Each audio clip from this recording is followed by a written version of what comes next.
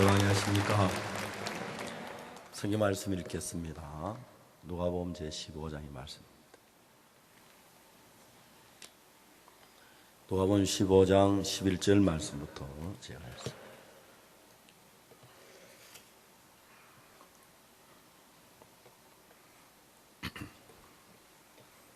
누가복음 15장 11절부터 24절 말씀까지 읽겠습니다.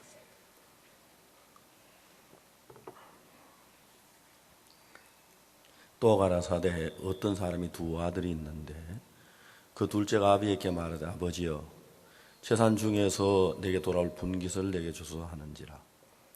아비가 그 살림을 각각 나누어 주었더니 그 후 며칠이 못되어 둘째 아들이 재물을 다 모아가지고 먼 나라에 가 거기서 허랑방탕에 그 재산을 허비하더니 다 없이 한 후에 그 나라에 크게 흉년이 들어 저가 비로소 궁핍한지라.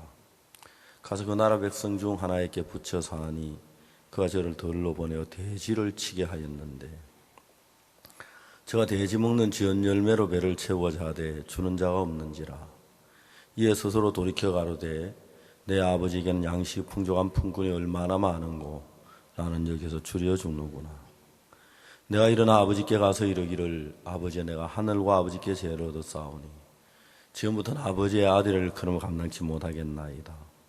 나를 품꾼의 하나로 보소서 하리라 하고 이에 일어나서 아버지께로 돌아가니라. 아직도 상거가 먼데 아버지 저를 보고 척은이 여기 달려가 목을 안고 입을 맞추니 아들이 가도 아버지여 내가 하늘과 아버지께 죄를 얻었사오니 지금부터 아버지의 아들을 그놈을 감당치 못하겠나이다 하나 아버지는 종들에게 이르되 제일 좋은 옷을 내어다 입히고 손에 가락지를 끼우고 발에 신을 신기라. 그리고 살지은 송아지를 끌어다 잡으라. 우리가 먹고 즐기자. 이 내 아들은 죽었다 다시 살아났으며 내가 잃었다 다시 얻었노라 하니 저희가 즐거워하더라. 여기까지 읽었습니다.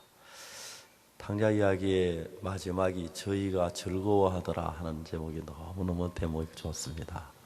여러분들 오늘 이번 집회를 통해서 이번 며칠 동안 하는 집회 속에 여러분 마음이 모두 이 마지막 절에 가 있게 되기를 정말 바라고 또 하나님 그렇게 인도해 주시길 줄 믿습니다. 어제 저녁에는 제가 그 아버지가 아들하고 있는데 아버지하고 아들하고 다른 마음에 대한 얘기를 했습니다. 아들이 자기 자신을 믿는 마음. 아마 여러분 신앙생활 하는데 몇몇 가지만 기본적으로 알면 신앙생활은 아주 쉽습니다. 자동차 운전하는 것 이렇게 시동을 걸고 기어를 넣고 엑셀을 밟고 핸들을 돌리고 브레이크를 밟고 이런 기본적인 몇 가지를 알고 그걸 조금 연습해서 그게 익숙하면 자동차 타고는 굉장히 편해지고 좋습니다. 신앙생활도 그냥 막연히 신앙생활 하려고 해서 그렇지 신앙생활 하나님이 어떤 분인지 하나님 마음이 어떤지 하고 또 내 마음이 어떤지 그 몇몇 가지만 알면 신앙은 아주 쉽고 그냥 저절로 되게 되어 있습니다. 근데 참 안타깝게도 정말 많은 사람들이 이런 마음의 세계를 모르고 그냥 무조건 열심히 충성하게 뭘 하려고 하는 그 생각만 가지고 해서 어렵지. 여러분들이 이번에 저희 며칠 사이에 마음을 서로 열어놓고 이런 대화를 하고 마음을 나누다 보면 신앙이 굉장히 쉬워지라고 생각이 됩니다. 제가 군대에 1965년도에 군대 입대를 했습니다. 이제 나이가 많아져서 저도 이제 손자들이 4명이나 있는 할아버지가 되었습니다. 한번 제가 그 전철을 타고 왔는데 어떤 학생이 할아버지 여기 앉으세요 그러는데 그때 제가 50대였거든요. 근데 머리가 하얘니까 굉장히 당황을 했습니다. 그래서 우리 그 목사님들이 이제 결혼하더니 아이들이 낳는데 그 아이들 저를 보고 할아버지 할아버지께서 무슨 소리야 그랬는데 이제 손자가 4명이 있고 어디 가도 이제 할아버지를 대접을 받습니다. 65년도에 군대 입대를 해가지고 대구에서 이제 기본 전투훈련 6주를 받았습니다. 뭐 PRI 하여서 이제 그 사격술 예비 훈련 하는 게 있습니다. 그리고 각계 전투, 뭐 총검술, 술탄 투적, 뭐 사람 죽이는 거 많이 배웠습니다. 그 두 번째 간 게 통신훈련소라고 원주에서 이제 통신훈련. 요즘은 뭐 무전기가 굉장히 좋아가지고 조그만 선 뭐 휴대폰 하나가 멀리 어디까지 통하는데 그 당시는 휴대폰 같은 거는 뭐 꿈에도 없었던 거 보여. 하여튼 뭐 전화 한번 걸려면 굉장히 힘든 시대인데 이제 무전을 하는데 이 무전이 그냥 하는 것보다도 모로소 부호로 이렇게 치면 더 멀리 갑니다. 그냥 보이스 소리로 가는 것보다. 그걸 이제 저희들이 교육을 16주 교육을 받습니다. 넉 달 동안. 군대 교육 진짜 지겹습니다. 훈련소 6주 마치고 이제 작대기 하나 달고 이등병 딱대가 통신훈련소 갔는데 16주 동안 매일 키보드만 두드리는 것 같아요. 삐삐삐삐삐삐삐삐삐삐삐삐. 그제 우리 말로 말하면 도쭈쭈쭈 도로쭈쭈쭈 도로로쭈쭈 도로로쭈 도로로로 이렇게 하는 거예요. 이게 지금까지 1번에서 5번까지였습니다. 1이 도쭈쭈쭈, 2는 도로쭈쭈쭈, 3은 도로로쭈쭈, 4는 도로로쭈, 5는 도로로로. 6은 쭈 도로로, 7은 쭈쭈 도로로, 8은 쭈쭈쭈 도로, 9는 쭈쭈쭈쭈도, 0은 쭈쭈쭈쭈. 그런데 모르스 부호 요즘 아무도 안 씁니다. 그래서 제가 제일 마지막 모르스 부호를 알고 있는 사람이 있는지 모르겠습니다. 16주 동안 그 좁은 군 부대 안에 갇혀 있으니까 막 답답하고 그렇지만 뭐 할 수 있는 매일 이것만 두드리고 앉았습니다. 길 갈 때 늘 손 이렇게 흔들면 이래가지고 손목이 이렇게 부드러워져야 막 하는데 이제 14주쯤 되니까 교관이 저희들 보고 뭐라고 말씀하시냐면은 이제 야외 훈련을 간다. 이야! 전부 막 너무 신이 났어요. 우리 ROC 311기가 40명인데 그 세 개 팀을 나누고 13명씩 이렇게 나누어서 한 팀은 14명이 되고 그래 자동차를 타고 한 40km씩 떨어진 데서 이제 무선으로 이제 통신을 하는 겁니다. 교관이 한 명이니까 교관은 한 번 따라가고 우리는 사로 딱 빠졌어요. 13명이. 그 차를 탁 타고 야 우리 어디로 갈까 그랬습니다. 원주 가까운데 이승만 대통령이 별장에서 야 이 대통령 별장으로 가자. 그렇다 좋다 가자. 이제 추락을 타고 이제 처음으로 이제 바깥 공기를 쏘이는 겁니다. 코에 바람을 넣는 겁니다. 너무 신이 났어요. 이승만 대통령 별장 그게 아주 경치가 좋고 좋은데 그게 우리가 막 기가 막힌 걸 하나 발견했는데 이제 우리는 그때 뭐 20대 초반인데 한 30대 초반에 형님들이 큰 가마솥을 걸어놓고 소고기국을 빨갛게 끓이고 거기 이제 밥들을 막 하고 있는 거예요. 13명이 딱 갔습니다. 형님들 안녕하십니까 충성. 야 저는 세상에 제가 기억에 남는 게 여러 가지가 있습니다. 그 중에 하나가 뭘 얻어먹은 기억이 저는 먹는 거죠. 그 하나의 수준입니다. 서울 사람들 그렇게 좋은 사람인 줄 몰라요. 자기들이 먹으려고 가마솥에 밥을 하고 국을 끓였는데 야 우리도 군생활 했어. 잔수하지. 너희들 먹어라. 야, 하여튼 저는 막 그렇게 고마운 형님들이 없어요. 지금 혹시 이 자리에 그분 계시면 누워 한번 저한테 얘기해 주면 참 감사하고 싶은데 뭐 다 오랜 전 이야기입니다. 우리가 그 서울서 이분들이 이제 야유에 와가 그 소화수 끓여놓은 그 밥을 다 먹어 치운 거 13명이니까 한 50명 분은 먹지요. 그분들이 자기 정신 다 빼고 너무 좋다, 고맙다 하시는 거예요. 그 우리 그 조 가운데 13명가 또 난 놈이 하나 있어요. 형님들 우리 교육생인데 다른 거 들을 거고 노래 한 곡 부르겠습니다. 노래 일발장진 하더니 노래를 부르는 거야. 형님들이 고맙다고 야, 술 한잔 해라. 그래 이제 술이 쭉 돌아간 거예요. 진짜 그러면 안 되는데. 근데 그거 제가 못 말리겠어요. 그래 한 잔 딱 들어가 한 잔 마시고 그러니까 형님하고 동생하고 다 술을 이렇게 막 정말 그 고마운 분들인데 왜 술을 권했는지 그건 참. 하여튼 그분들은 최고로 이제 자기들 자기 먹을 거 군대 고생하는 우리 후배들께 줬다 그 기뻐하시는 거예요. 그래서 한참 먹고 놀다 보니까 교육 시간이 마감이 다 돼 가는데 이게 삐삐삐 안 하고 술만 먹고 놀고 이제 그랬습니다. 아무리 좀 무전을 떼니까 무전이 옵니까? 와도 받질 않으니까 이제 교관이 차를 몰고 오셨어요. 교관 왔던 이야기를 듣고 이제 딱 13명이 가는데 이놈들이 다 비틀비틀하는 겁니다. 야, 전부 이 모양이에요.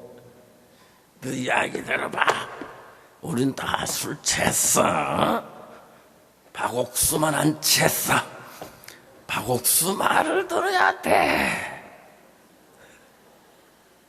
기가 막히는 거죠. 그 출렁다리가 있는데 강을 건너는데 야, 그놈들 진짜 그 떠실까 건나더라고요. 그래가지고 이제 제가 어떡합니까? 야, 너희들 여기 전부 다 잔디밭에 엎드려 누워있어. 제가 이제 찾아 교관님 충성하고 왔습니다. 교관님 막 한숨만 푹 쉬는 거예요. 야, 임마, 어떡하냐, 이거? 내부만 이제 교관은 교육을 마치면 내부안에 병력을 정확히 인결해 줘야 하는데,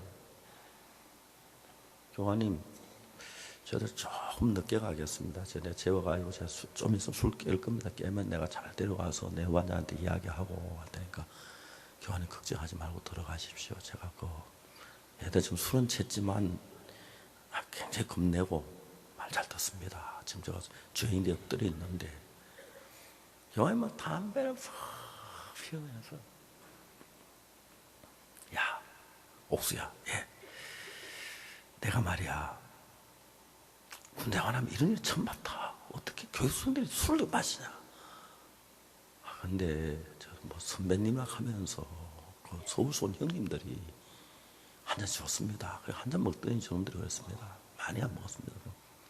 그러면 네가 알아서 얘기하고 문제가 생기면 내가 바로 전화해. 우리 BOQ로. 예, 알겠습니다. 이제 그날 딱 가서 이제 재워가지고 차 불러가지고 이제 술 취한 사람들이 좀 깨더라. 그리고 이제 술도 정신이 들면 잘 안 취하는가 봐요. 이제 좀 취하기는 했는데 지금 군대라는 거 교환 왔다 그냥 정신이 바짝 뜨니까 술 취해도 근데 그래 그 일을 너무 잘 마쳤습니다. 그날 또 내관에 와서 내관장님께 보고 드리고 전부 다 이제 그날 오늘 지친 점으로 취해라. 그러고 이제 그러면 잘 넘어갔습니다. 사람들이 술을 취해도 자기가 술 취한 걸 아는 사람이 있고 술을 취했지만 술 취하는 거 전혀 모르는 사람들이 있습니다. 나 술 안 취했어. 그런 사람 많습니다. 근데 이만 왜 그러냐 물어봐. 내가 그냥 길 걸어가는데 말이야. 아스팔트가 뿔뚝 솟더니 때리고 들어갔어. 내가 그냥 가는데 전부 때가 뿔쑥 튀어나 때리고 들어간 거야. 난 술 안 취했어. 그런 겁니다, 그 사람들이. 이제 음주운전에 딱 걸리면 경찰관들이 술 마셨지요. 그 기계 고장났어. 나 술 안 마셨어. 한번 걸어보라 그래요. 비틀비틀하면 나 바로 걷잖아. 술 취한 사람이 자기 술 취했다고 생각할 줄 알고 술 취한 걸 알면 아주 쉬워집니다. 내 술 취했는데 술 취한 걸 처음 뭐 한 잔 나 그래야 취한 거 아니야. 그냥 기분 좋을 따름이야. 안 취했어. 이제 문제가 되는 겁니다. 여러분 제가 왜 이런 이야기를 하느냐면 여러분들이 신앙생활 하는데 성경을 읽어보면 여러분들의 마음의 상태가 성경에 자세히 기록되어 있습니다. 몰라서 그렇지. 하나님은 여러분의 마음을 보시고 이게 하나님의 마음을 성경에다 자세히 기록을 한 겁니다. 근데 여러분이 성경을 읽어도 그냥 뭐 자세히 하나님이 왜 이 말씀을 기록했는지, 이 기록할 때 하나님의 마음이 어떠하신지 그걸 이제 정확히 아는 거예요. 오늘 우리가 합창할 때 보리스 아발리안 교수님이 오셨습니다. 이 교수님은 세계에서 지휘로는 아주 뭐 몇 손가락 안에 드는 분입니다. 이분은 이제 연세가 70 가까이 돼 가시는 분인데 음을 분석하는 기가 굉장히 밝습니다. 우리 합창단에 처음에 호주에 있는 그 뭡니까 오페라 하우스에서 공연이 있었는데 지휘자가 없어서 막 어쩌지 알아서 보리스 아발리안 선생님을 러시아에서 우리가 모셨습니다. 모셔가 이제 처음에 호주에서 이제 그 합창 연습을 하는데 보리스 아발리안 선생님이 처음에 교수님이 오셔서 처음에 도하고 피아노에 도를 땅 때렸습니다. 도하고 피아노 음을 도하고 합창단이 말하니까 아니 그거 말고 아니 그거 말고 아니 그거 말고 혹시 여기 도씨 계시는지 모르겠습니다만 도씨라고 도 잘하는 건 아니더라고요. 우리 도씨, 레씨, 미씨 뭐 이렇게 성이 있는 건 아니 도씨는 있는데 아직 그 성은 도까지만 가고 레까지도 못 올라간 것 같습니다. 레씨가 없는 거 보니까 합창단이 하는 도는 다 틀린 도라는 것입니다. 합창단이 우리 둥절했어요. 그래도 우리 합창단인데 도 했는데 보리스 아발리안 선생님이 이렇게 얘기를 했답니다. 피아노에 도를 땅 때리면 444 사이클이 나온다는 거예요. 그런데 어떤 합창단의 지휘자는 444도 도로 인정해주고 445도 도로 인정해주고 443도 도로 인정해주고 그러니까 노래가 부르는 노래가 약간 퍼지는 음성이 들리는 거예요. 제 딸도 지휘를 하는데 제가 그랬습니다. 야, 네가 이거 흔들만 한데? 하니까 아버지 제가 이거 지휘를 하면 음이 흐려지기 시작하는데 보리스 교수님이 오면 음이 깨끗하게 맑아진대요. 그건 막 두도 못한대요. 보리스 교수님이 와야 음이 맑아진대요. 그래서 합창단에 전부 사이클을 맞춘다 444를 제가 오늘도 오전에 이 합창을 저 뒤에 앉아 들어봤습니다.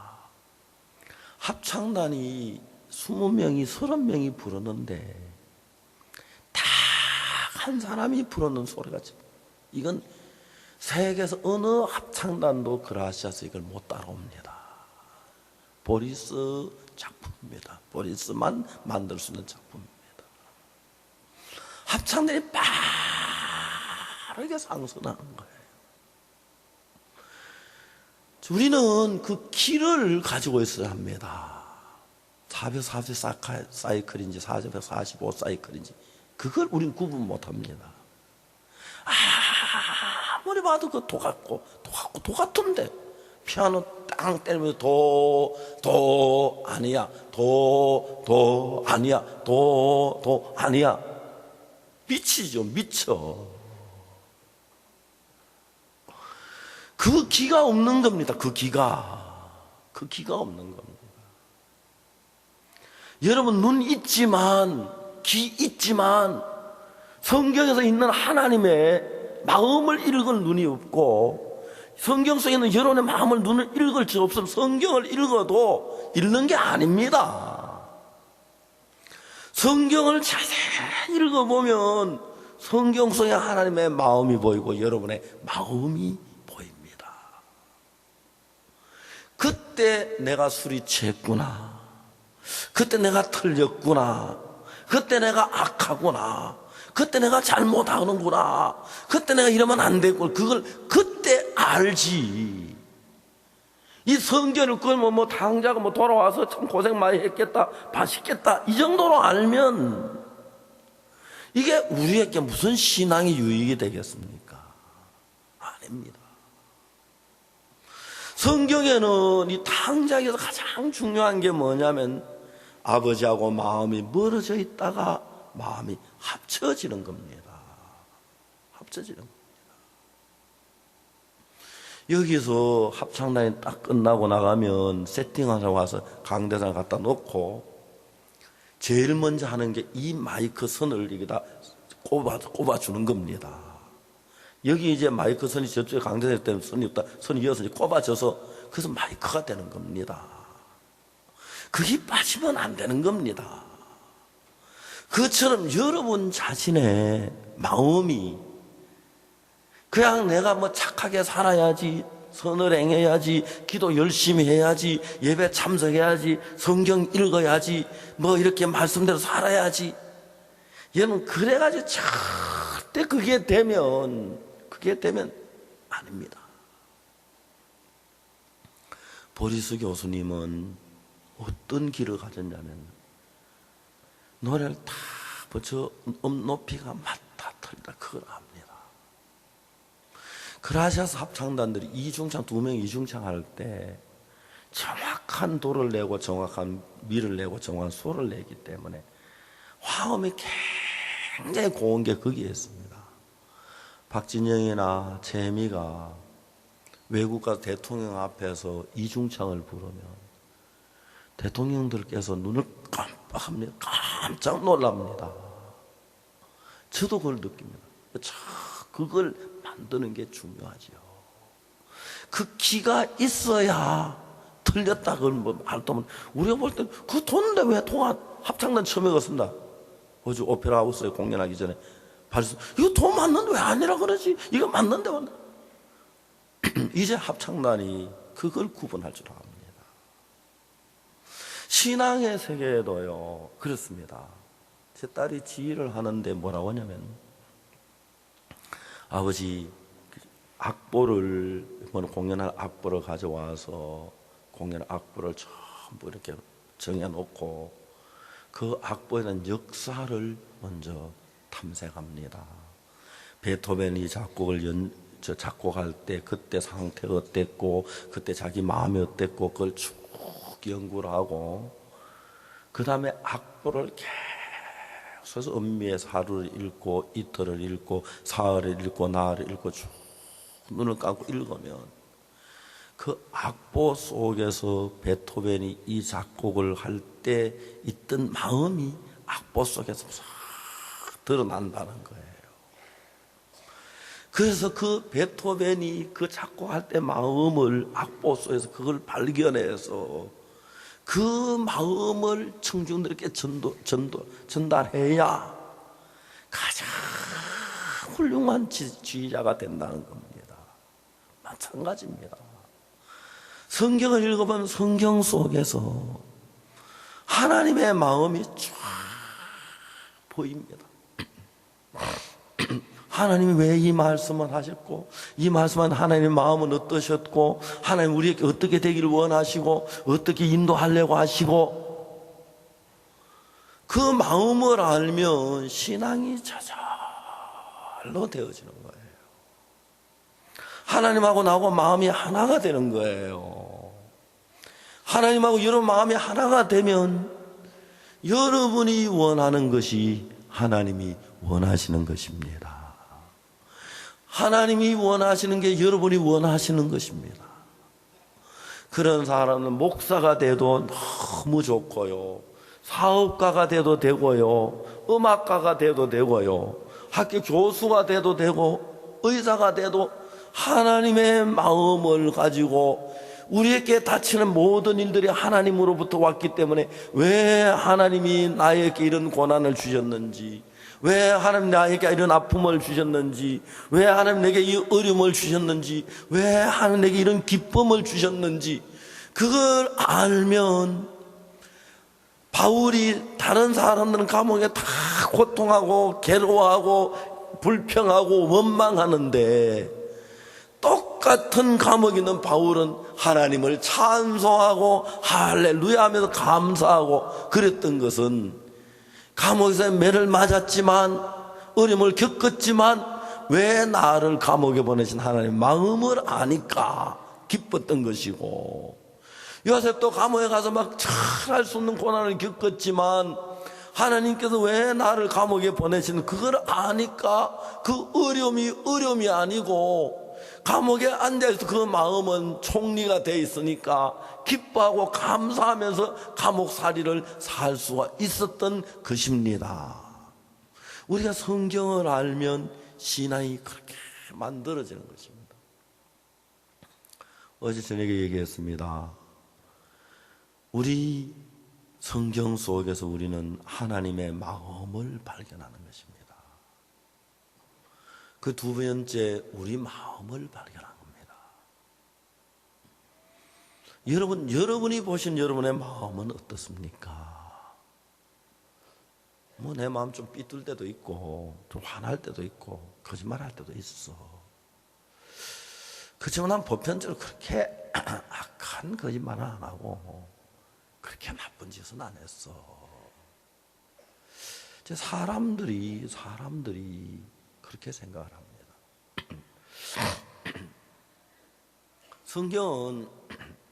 성경에서 하나님이 인간의 마음을 그렸는데 어떻게 인간의 마음을 그렸냐면, 인간이 하나님하고 대화하는 장면 속에서 인간의 마음을 그렸습니다.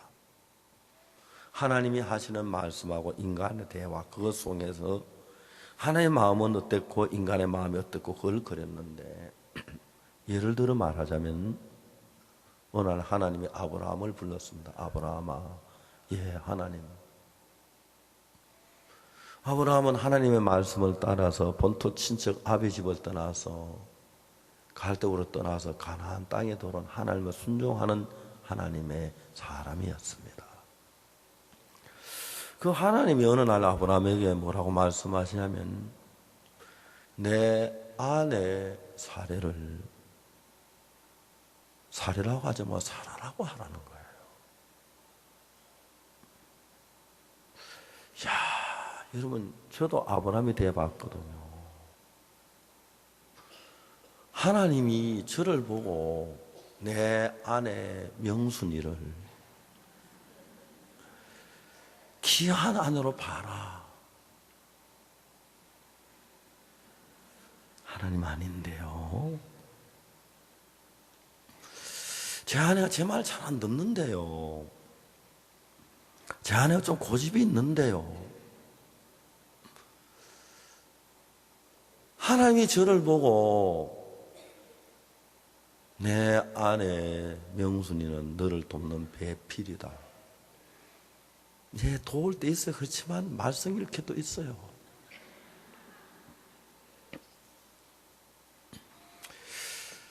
하나님이 보는 눈하고 내 눈이 다른 거예요. 하나님이 보는 눈은 정말 다른 거예요. 내 아내 사례라고 하지 마, 사라라고 해라. 그가 내가 그로 네게 아들을 낳아주게 하리라. 그러면 여러분, 하나님의 마음을 알고 정말 자신을 안다면, 하나님 감사합니다. 제가 얼마나 자식을 기다렸는데 이제 드디어 자식을 주신다고 하시니 너무 감격스럽습니다. 하나님, 아브라함이 그랬을 거예요. 아브라함이 그렇게 말하지 않았습니다. 아브라함이 뭐라고 말하는지 아십니까? 웃었어요. 100세 된 사람이 어찌 아들 낳으려 사라는 90세니. 그 만화 영화 가운데 유명한 머털 도사가 있습니다. 머털 도사가 누덕 도사에게 이놈 서정에게 치라니 기가 막혀서 그래요. 이놈이. 그러니까 이제 서성하고 제자고 같은 친구 수준이 같으면 말이 안 되죠. 서성이 아니죠. 높으니까 이해를 못하는 거예요. 이해를 못해요. 10년 동안 내 일했는데 머리털 세우는 이거 하나 가르쳐주고 그게 무슨 도술이에요? 그러죠. 그게 얼마나 귀한 도술인데 도저히 그 이해가 안 가죠. 훌륭한 스승이 하는 것도 이해가 안 가는 게 다행입니다. 당연한 겁니다. 내가 한 번은 교회 무슨 돈을 세아려가지고 형제들 우리가 이렇게 일하자고 주니까 제 아들이 옆에 탁 쳐다보고 있더니 아빠는 이해가 안 간대요. 왜? 아빠는 저렇게 많은 돈이 있으면서 왜 아이스크림 안 사 먹는지 이해가 안 간다는 거예요. 그게 아들하고 나하고 차이예요. 제가 아들하고 다 갔더니 야 형부가 돈 있다 아이스크림 산다 먹자 이거 전화해라 그래가지고 막 냉장고 가든 아침 먹고 저녁 먹고 그러자. 그럴 거예요. 저 아버지니까 아들하고 생각이 다 그렇게 안 해요. 이제 아들하고 아버지가 똑같은 그 아버지 아닙니다. 아버지 자격 없는 거죠. 아버지는 아들보다 생각이 깊어야 하고 앞서야 하고 더 많은 걸 알아야 합니다. 목사도 그렇습니다. 성도들하고 똑같으면 그건 뭐 목사 자격이 없는 겁니다. 목사가 보는 성도보다 앞서 있어야 하고 미리 봐야 하고 그런 거죠. 하나님이 우리하고 똑같으면 무슨 하나님입니까? 그럼 우리끼리 다 이해가 가야 하는 게 아닙니다. 그분은 우리가 이해할 수 없는 일을 하시기 때문에 우리가 이해가 안 가는 분이 많습니다. 그래야 하나님입니다. 여러분 친구들하고 얘기하면 다 이해하가지고 그렇죠? 그래요. 그런데 하나님이 이해가 안 가요. 그래서 아브라함이 하고 머털도사 웃듯이 웃었어요.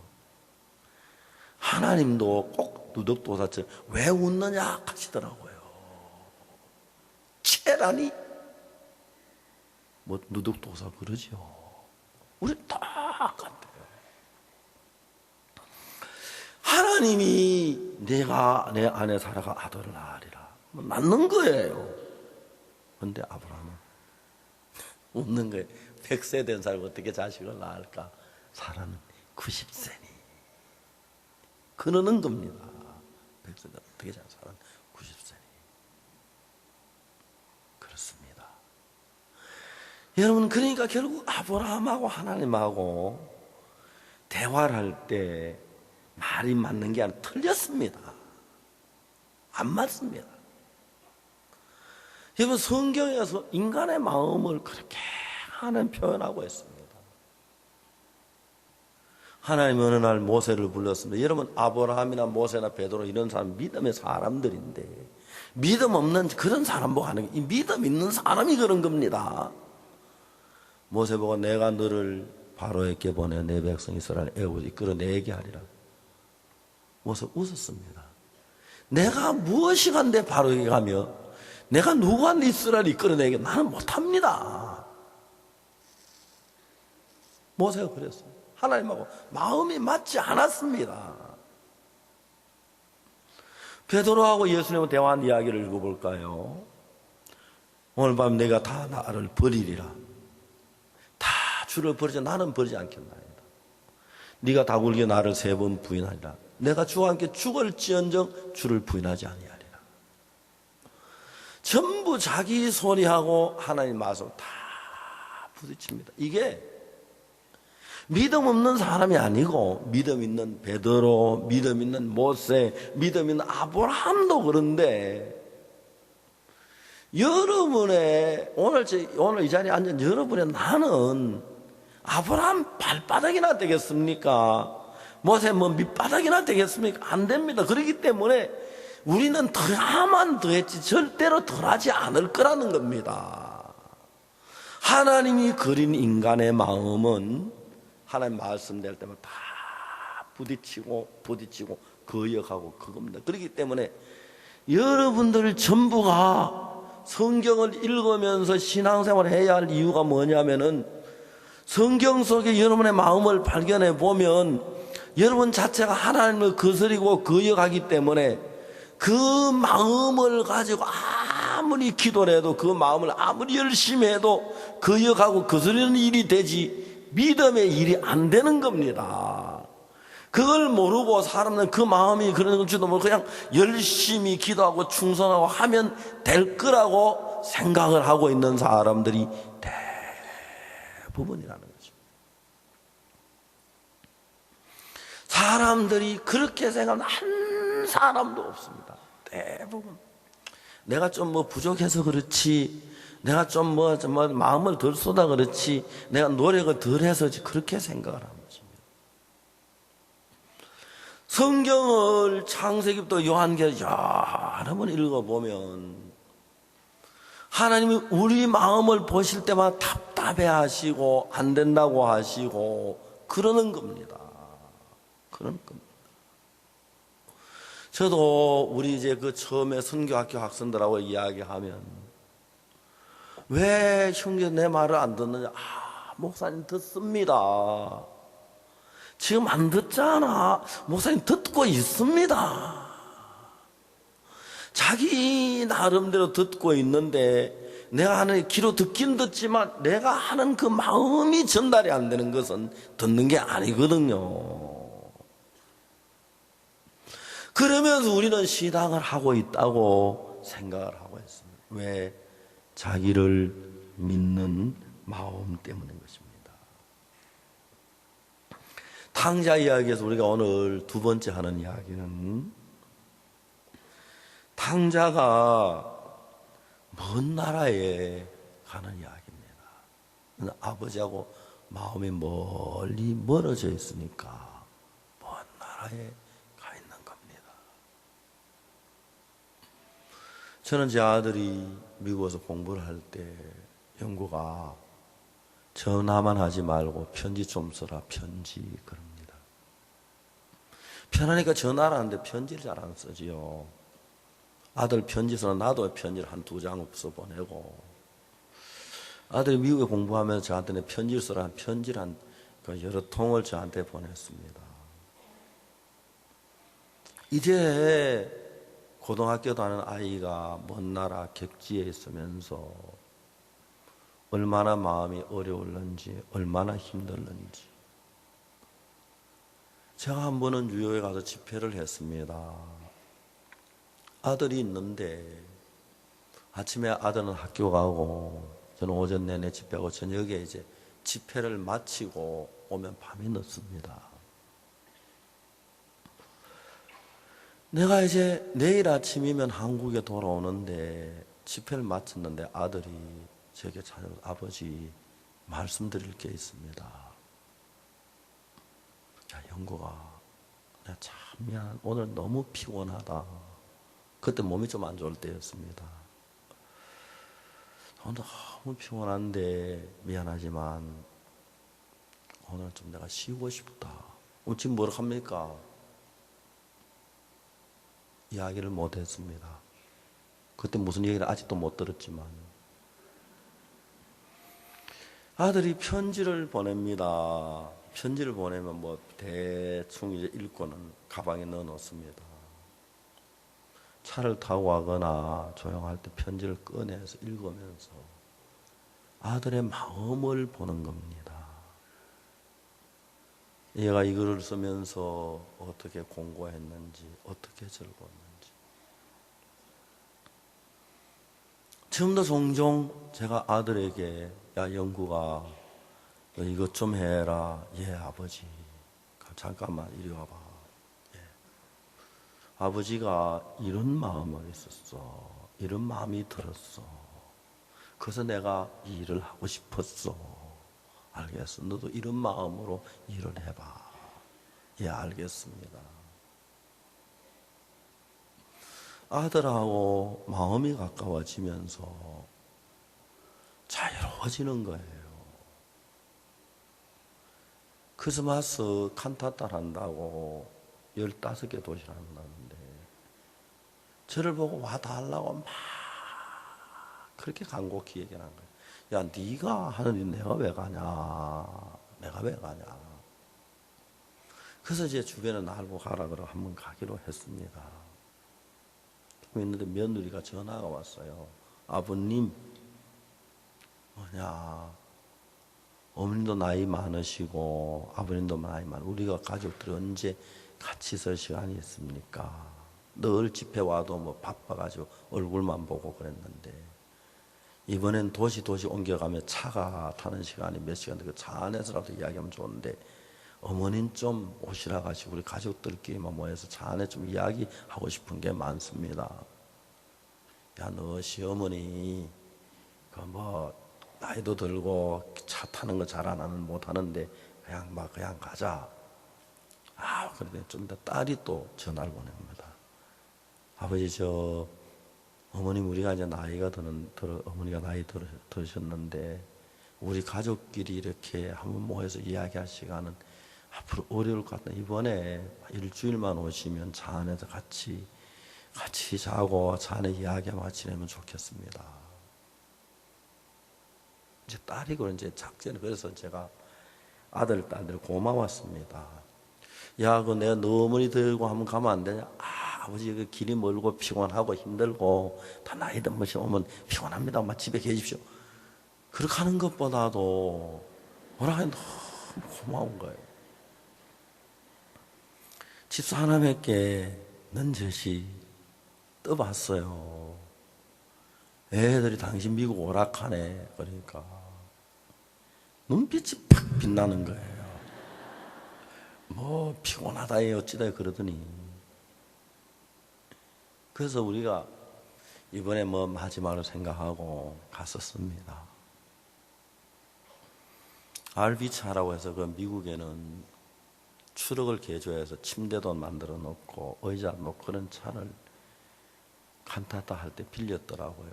그 빌려가지고 그거 이제 그 스태프들이 차 타고 이제 가는 동안에 자는 겁니다. 자, 그런데 그 차를 빌렸는데 우리가 또 그 차를 우리가 뺏었어요. 뺏어가지고 우리 내외하고 딸하고 그저 뭡니까 아들 내외하고 그러니까 뭐 벌써 5명, 손자 4명, 9명이 차를 타니 복잡하더라고요. 그런데 복도에도 자고 바다에도 굴러자고 아이들은 왔다 갔다 차가 아니고 돌아가면서 자는데 뭐 별로 할 이야기 있었겠습니까? 그렇지만 아이들이 행복해하고 좋아하더라고요.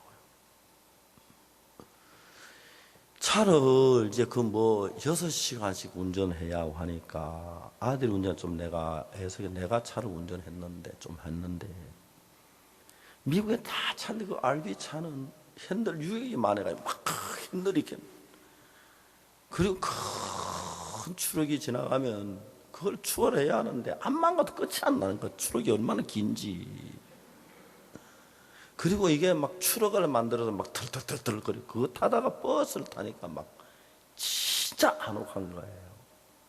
털털거리는 차 안에서 제 아내가 피곤하도 안 그러고 행복해하는 거예요. 아무것도 아닌 것 같지만 마음이 흐르는 거. 제가 며느리가 참 고맙고 딸이 고맙고 아들이 고마운 거예요. 사실 늙은 사람 데리고 다니면 저 귀찮고요. 저 짐이고. 저는 운전을 좀 해줬습니다만 제 아내가 뭐 운전합니까? 뭐 잔소리만 하지. 마음이 이제 흐르는 겁니다. 마음이 흐르는 겁니다. 아이들의 마음을 보는 겁니다. 손자들이 할아버지, 할아버지. 왜? 아들이 아버지께 잘하니까 손자들도 잘하는 거예요. 아들이 아버지 무시하면 손자도 아버지 무시해요. 할아버지 무시해요. 제 손자가 한번 치과병원에 가서 이빨을 뽑는데 막 아프니까 할아버지 불러와! 할아버지가 와야 돼! 그리고 손자들이 제가 가면 며느리가 그럽니다. 아버님, 얘들 벌써 아버님 온 거 알아요? 태도가 불량해졌어요. 가정이거든요. 하나님이 우리하고 이렇게 마음을 나누고 싶으신 거예요. 성경에다 하나님 마음을 많이 기록했어요. 내가 네 안에 사라에게 아들을 주어서 그 후손 가운데 이스라엘 백성이 되고 그 후손 그리스도가 태어나고 복의 근원이 되게 할 거야. 여러 번 이야기를 했습니다. 정작 아들을 주려고 할 때 아브라함은 웃었습니다. 그 사람이 뭐 술취전 명의가 아니고 진짜 믿음의 조상이라는 아브라함이 그랬습니다. 저는 막 그런 글을 읽으면 막 힘이 나요. 왜? 아브라함이 착하고 진실하고 하나님 말씀을 잘 들은 게 아니라 그런 사람인데 아내를 누이라고 해가지고 또 아내 뺏겨가지고 울고 달 쳐다보고 울고 그랬잖아요. 울었단 말은 성경에 없지만 그런 아브라함이고 하나님을 거스르는 그런 아브라함인데 하나님이 아브라함에게 하나님 마음을 막 전달하려고 계속해서 말씀하시는 거예요. 아니야, 네 아내 사라가 아들 낳을 거야. 너는 그 이름을 이삭이라고 해. 이삭이라고 해. 그로 하늘의 별처럼 바다 모래처럼 많은 자손이 낳게 할 거야.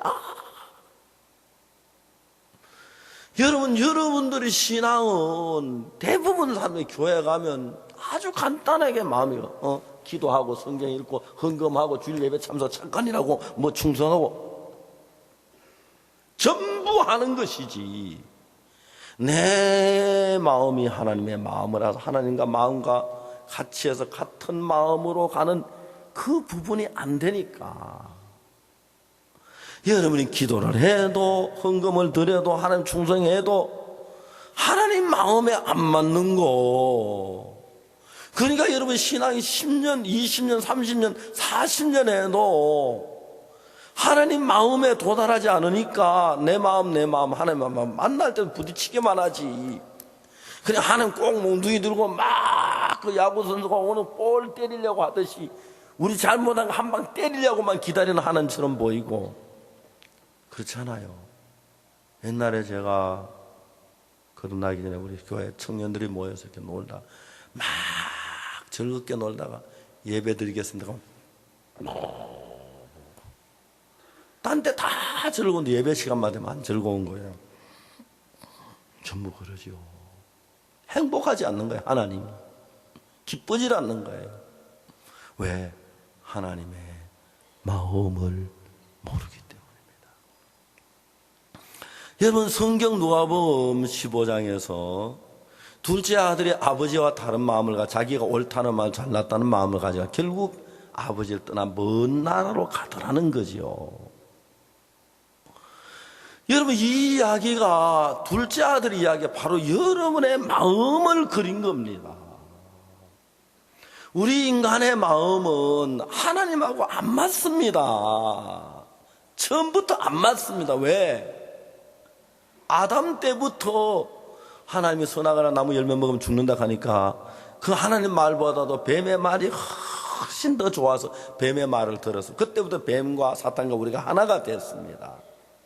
그러면서 사탄은 끊임없이 우리 마음에다가 하나님과 반대되는 생각을 계속 집어넣기 때문에 우리 속에 나오는 생각들 그대로 흘러가면 아버지를 멀리할 수밖에 없고 아버지를 떠나서 먼 나라 가서 허랑방탕하고 망할 수밖에 없도록 사탄이 우리 속에 생각을 집어넣고 있는데, 사탄이 너무 수단이 높고 기발하니까 우리를 그냥 그대로 따라가도 좋은 것처럼 느끼게 해가지고 우리가 하나님을 거역하고 거스리도록 그렇게 하는데, 사람들은 그냥 그러면서도 내가 기도하니까 하나님 축복해 주시겠지, 예배 드렸으니까 하나님 축복해 주시겠지, 헌금했으면 축복해 주시겠지, 착한 일에서 축복해 주시겠지, 그렇게 생각을 하는 사람들이 대부분이라는 것입니다.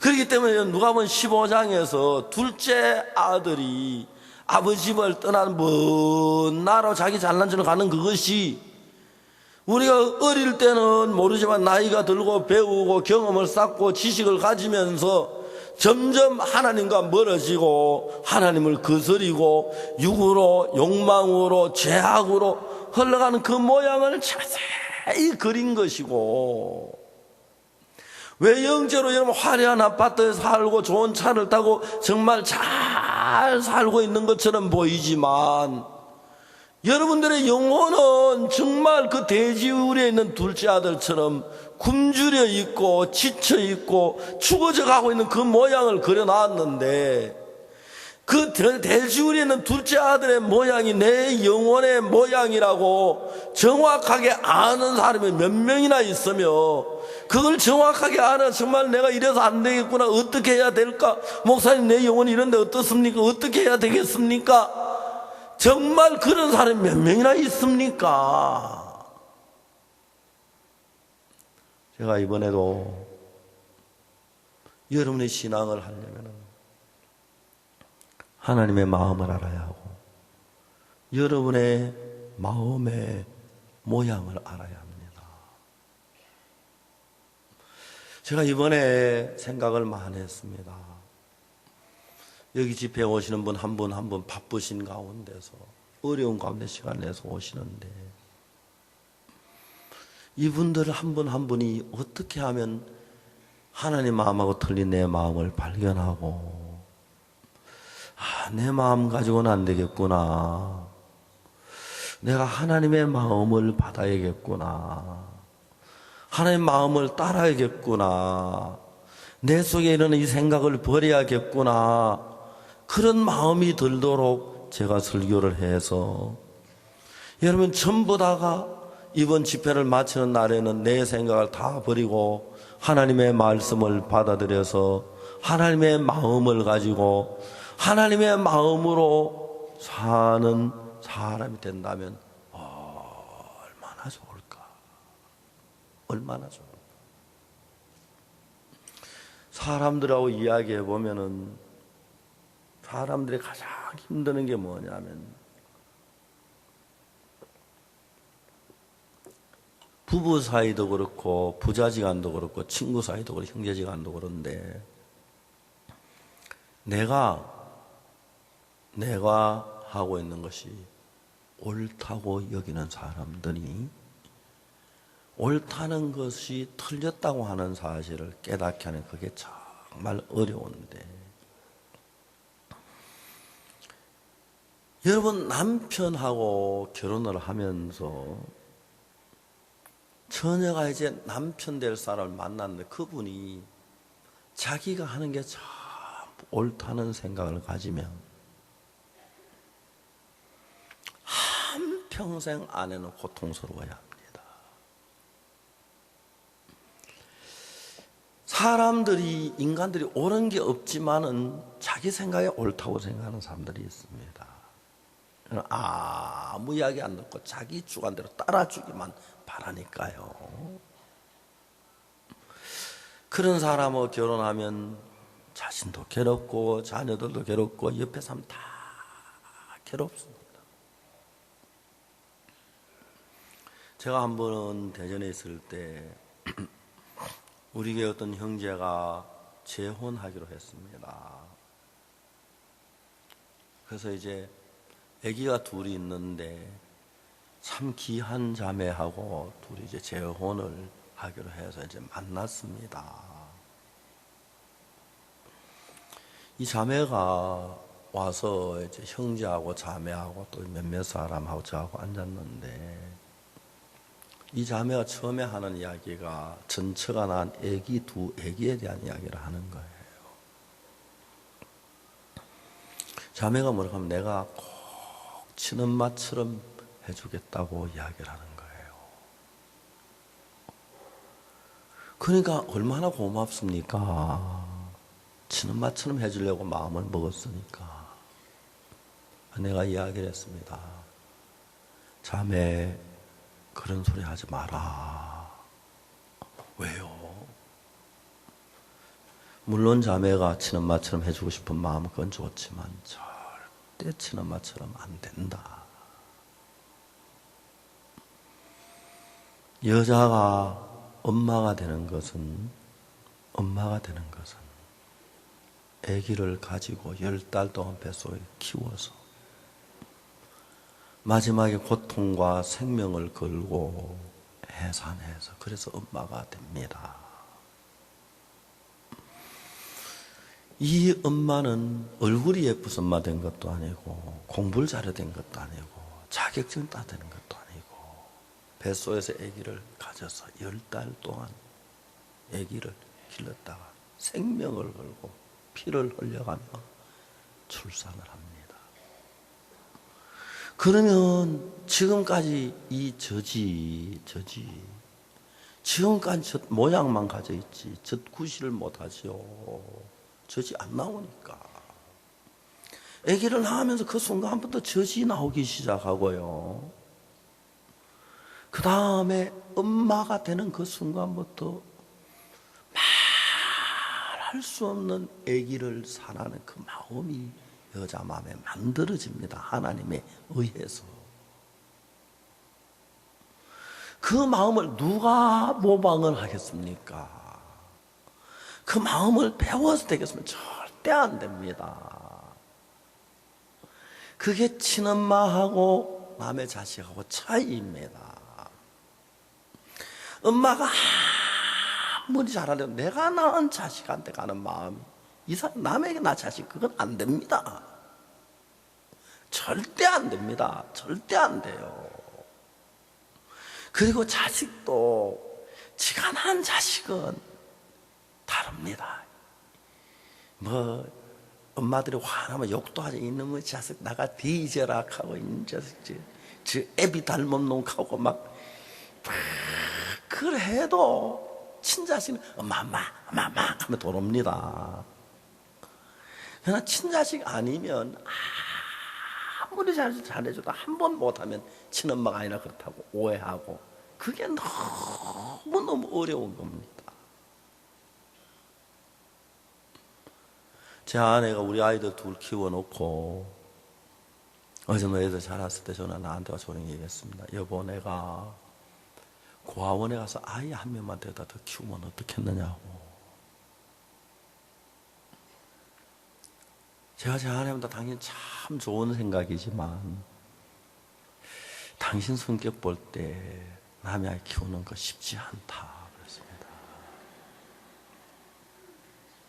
절대 쉽지 않다. 절대 쉽지 않다. 여러분, 내 마음에서 내 자식 마음이 우러나야 하는데 내가 친엄마처럼 하려고 하는 것하고 내 마음에서 우러나 사는 건 천지차이입니다. 비교가 안 됩니다. 어떻게 남의 자식을 친자식처럼 사는데 그건 거짓말이다 내가 그랬습니다. 절대 거짓말이다. 거짓말하지 마라 그랬습니다. 마음은 고마운데 안 된다. 자매가 약간 당황하면서 그런 목소리 어찌 합니까? 근데 뭐 어찌긴 어째. 너 신데렐라 알아? 그 계모 나오지. 장화훈련전 봐서 그 계모 나와. 내가 바로 그 계모야. 난 너 친엄마 아니야. 계모야. 너 절대 나를 보고 친엄마처럼 대주길 바라지 마. 나 그렇게 못해. 내가 너의 정성껏 기르주긴 하지만 절대 너 친엄마처럼 못해. 그렇게 바라면 안 돼. 난 계모야. 그렇게 나가야 하는 거예요. 나도 어찌다 보니까 내가 낳지 않은 자식 키우게 되고 너도 너 엄마 밑에 잘 못하고 내한테 사는데 우리 서로 그 이해하고 잘하며 살아보자. 그런 것이 어떻게 내가 친엄마처럼 해줄까? 말이 안 됩니다. 마음은 친엄마처럼 되고 싶은데 내 마음은 친엄마가 가진 그 마음은 친엄마에게만 있는 그 마음이 없는데 어떻게 친엄마처럼 됩니까? 그건 거짓말입니다. 사랑하는 여러분, 여러분에게도 하나님을 사랑하는 마음이 없고요, 예수님을 사랑하는 마음이 없고요, 육체적으로 정욕이나 욕망으로 끌려가는 여러분인데 내가 잘해야지 한다고 될 줄 압니까? 절대 안 됩니다.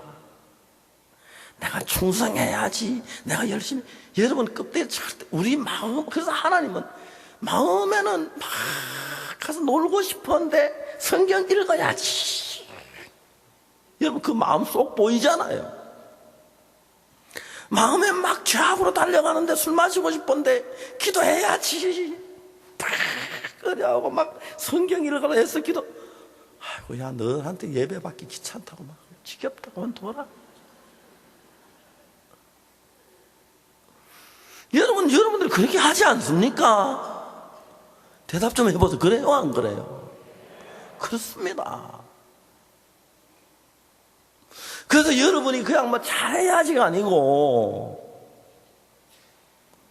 내가 계모다 계모. 응? 알아? 내가 계모야. 너 그거 알아야 돼. 내가 너 친엄마처럼 절대 잘 못해준다. 그렇게 바라지 마라. 내가 잘하려고 하지만 절대 난 친엄마는 그렇게 못한다. 그렇게 알고 내가 한 대 때리더라도 계모라 때린 줄 알고 욕하더라도 계모니까 그런가 보다 그렇게 생각하고 참고 잘해주는 고마운 줄 알아라. 그렇게 들어가야 솔직한 거예요. 그래야 그 자식들하고 관계가 좋아져요. 친엄마처럼 여러분 아무리 하려고 했어도 자식이 그렇게 또 안 돼. 자식 아니면 그게 그래요. 여러분 우리 마음이 그냥 하나님을 잘 섬겨야지, 기도 잘해야지 그 각오로 결심으로 되는 것 아닙니다. 우리 아담 자손이 가진 이 마음은 근본적으로 하나님하고 다릅니다. 방향이. 여호와의 말씀에 내 생각은 너희 생각과 다르며 내 길은 너희 길과 달라서 근본적으로 다릅니다. 우리의 생각과 하나님의 생각은.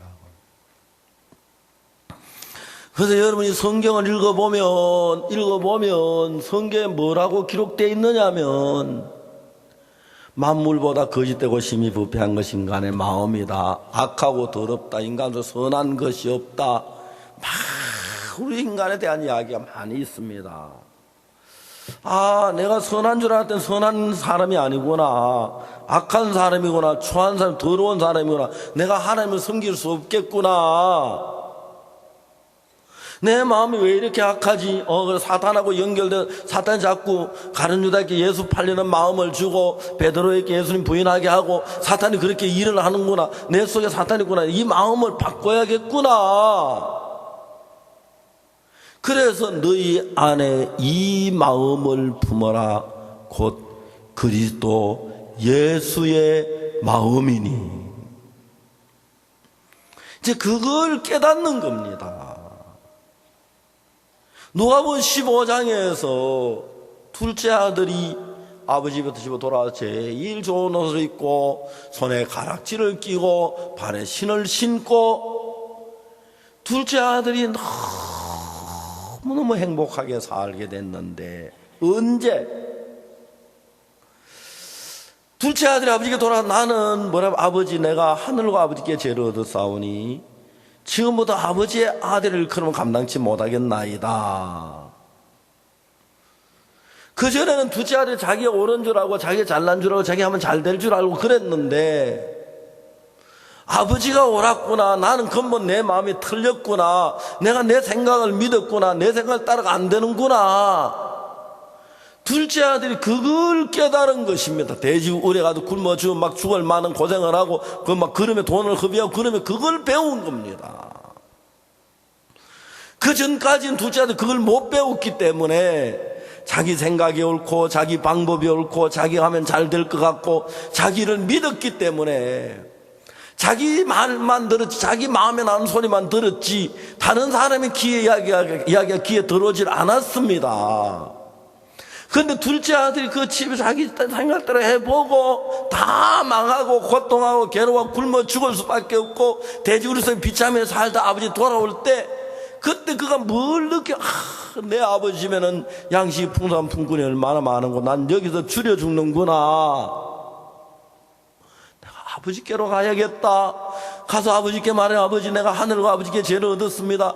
지금부터 아버지의 아들이라 일컬음 감당치 못하겠습니다. 나를 품꾼의 하나로 난 아버지 아들 자격도 없습니다. 아들이지만 아들 자격도 없습니다. 나를 품꾼의 하나로 보셔서 정확하게 자기를 발견했습니다. 그때 둘째 아들이 경험한 것이 내 속에 일어난 내 생각, 내 방법 이걸 따라가 망한다는 걸 정확하게 알았습니다. 내가 나를 믿고 내 생각을 따라갔는데 결론적으로 나는 다 망했구나. 결론적으로 나는 망할 수밖에 그걸 알았습니다. 그러니까 저도 제가 구원받았는데 내가 정말 그때 제가 내 나름대로 많은 개혁이 다 실패였어. 근데 난 좀 똑똑한 줄 알고 잘난 줄 알았는데 다 실패인 걸 발견했습니다. 그리고 그때부터 내가 무슨 생각, 내가 내 속에 일어나는 생각 이것대로 살면 틀려. 난 내 자가 틀렸고 내 저울이 틀렸고 내 대가 틀렸고 내 말이 틀린 걸 정확히 알았어. 하나도 잘난 것이 없는데 내가 잘났다고 생각하는 그 얼마나 미련하고 악한 것인지. 하나 똑똑하지 않은 똑똑한 줄 알았더니 내가 그 따라 다 망했습니다. 그래서 그때 내가 내 생각을 따라가면 망하겠다는 걸 정확히 알았습니다. 그걸 제가 딸에게 가르치고 아들에게 가르치고 그걸 전도자들께 가르치고 그걸 목회자들 가르치는 겁니다. 전도자들도 내 이야기를 잘 안 듣습니다.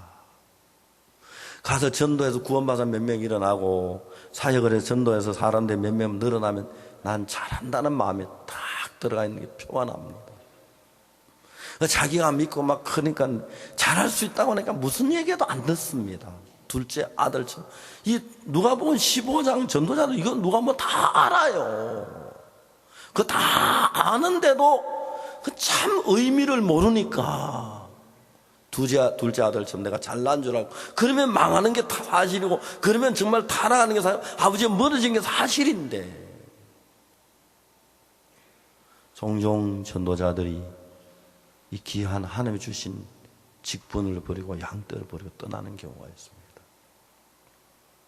다 자기가 옳고 잘나고 똑똑하기 때문에 다른 이유가 없습니다. 어떤 사람은 우리 선교에 타락해서 떠난다고 합니다. 타락하면 세워야지 같이. 그리고 앞에 와서 뭐 타락한 걸 이야기해야지. 사역자 모이면 아무 말 한마디 못하고 있다가 나가서 이야기하고. 왜 안에서 이야기해도 왜 나가서 이야기를 해요? 형 그런 사람들이 많습니다. 자기가 옳다고 생각하는데 모르면 이야기를 해야지. 이야기하면 들어줘야죠. 이야기해봤나? 그리고 틀린 건 내가 잡아주고 할 텐데.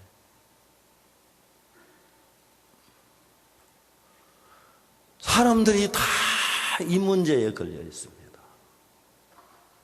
여러분들도. 그래서 신앙이 재미가 없는 겁니다. 둘째 아들이 아버지 집에 돌아올 때 마지막에 한 말이 뭡니까? 아버지, 내가 하늘과 아버지께 죄를 얻었습니다. 지금부터 아버지 아들을 그러면 감당치 못하겠습니다. 내가 틀렸습니다. 내가 잘못했습니다. 그럴 때 아버지가 한 마음이 되는 겁니다. 그전에 아버지가 딴 마음을, 내가 옳습니다. 내가 잘할 수 있습니다. 내가 하면 잘합니다. 난 잘합니다. 그럴 때 아버지가 마음이 달랐습니다. 아버지 마음이 하나가 되니까 바로 아버지에게는 옷, 반지, 신발, 송아지, 망아지 다 그대로 흘러도는 거예요. 오늘에도 여러분 둘째 아들 돌아올 때 그 마음처럼 내가 한 게 다 실패였구나. 내 근본 마음이 약하구나. 내 생각을 따라가면 안 되겠구나. 성경 속에 하나님 마음으로 그 마음을 합치겠다. 마음이 하나가 되면 여러분 전기줄을 연결시키면 전기가 막 흘러 들어가고요. 맞습니까? 의사들이 혈관 연결시키면 피가 흘러 들어가고요. 신장 이식할 때 그렇게 안 합니까? 남의 심장 떼가지고 자기 끝을 끊어내고 거기다가 이쪽 혈관 연결하면 그때 이 사람의 혈관에 피가 들어가서 심장에도 투석이 돼서 나오잖아요. 글러 나오잖아요. 똑같아요. 신장을 이식하고 심장을 이식하듯이 여러분의 마음을 이식해야 합니다. 여러분의 마음을 가지고는 절대로 아무리 충성해도 하늘나라 못 갑니다. 그래서 예수님의 그 빌립보서에서 너희 안에 이 마음을 품어라 곧 그리스도 예수의 마음이니까 하는 그 말은 심장을 마음을 이식하라는 이야기입니다. 내 마음 있는 거기다 예수님 마음을 덧붙이면 밤낮 둘이 싸우기만 합니다. 내 마음하고 예수님 마음이 다르기 때문에. 그래서 가비로 내 마음을 끌어내고 예수님의 마음을 덧붙이는 겁니다. 그래서 내 마음속에 일어나는 많은 생각들 이걸 따라가면 망해. 그리고 예수님 마음을 발견해 그 마음을 따라가면 탕자 마음이 아버지 마음이 하나가 됐을 때 아버지의 옷도 내 것이 되고 아버지의 양식도 내 것이 되고 아버지의 반지, 아버지의 신발, 아버지의 송아지 다 내가 너무너무 복되게 사는 것처럼 하나님하고 나하고 한 마음이 되면은 그때부터 하나님께는 모든 게 내게 걸러오기 때문에 걱정해야 하거나 염려해야 할 게 아무것도 없고 어려워도 고난을 당해도 감옥에 가도 하나님이 함께 기뻐하고 찬송하며 살 수 있는 그런 믿음이 되는 것입니다. 많은 사람이 그걸 모르고 그냥 열심히 하면 되고 충성하면 되고 노력하면 될 줄로 생각을 하고 있습니다. 여러분 둘째 아들이 아버지 집에 있으면 아버지 마음이 달라 먼 나라에 갔다가 다 망하고 자기 생각하고 아버지 생각이 틀렸고 자기 생각이 잘못된 걸 알고 자기 생각을 버리고 아버지 마음을 받아 둘이 한 마음이 됐습니다. 그때 가장 기쁨이 넘치고 행복하고 보람된 인생이 되는 겁니다. 그때 너무 복된 인생이 되는 것입니다. 오늘 이 자리에 있는 많은 분들 가운데서도 아직 자기 생각을 버리지 못하고 자기를 믿고 있는 분들, 자기 옳다고 생각하는 분들이 많을 겁니다. 누가복음 15장 이야기를 통해 우리가 둘째 아들처럼 정말 우리 생각을 보고 내가 틀렸고 내가 악하구나 아버지 마음을 같이 그래서 아버지께 내 것이 되고 아버지의 사랑을 잇는 여러분들이 되시기를 바라겠습니다. 기도하겠습니다.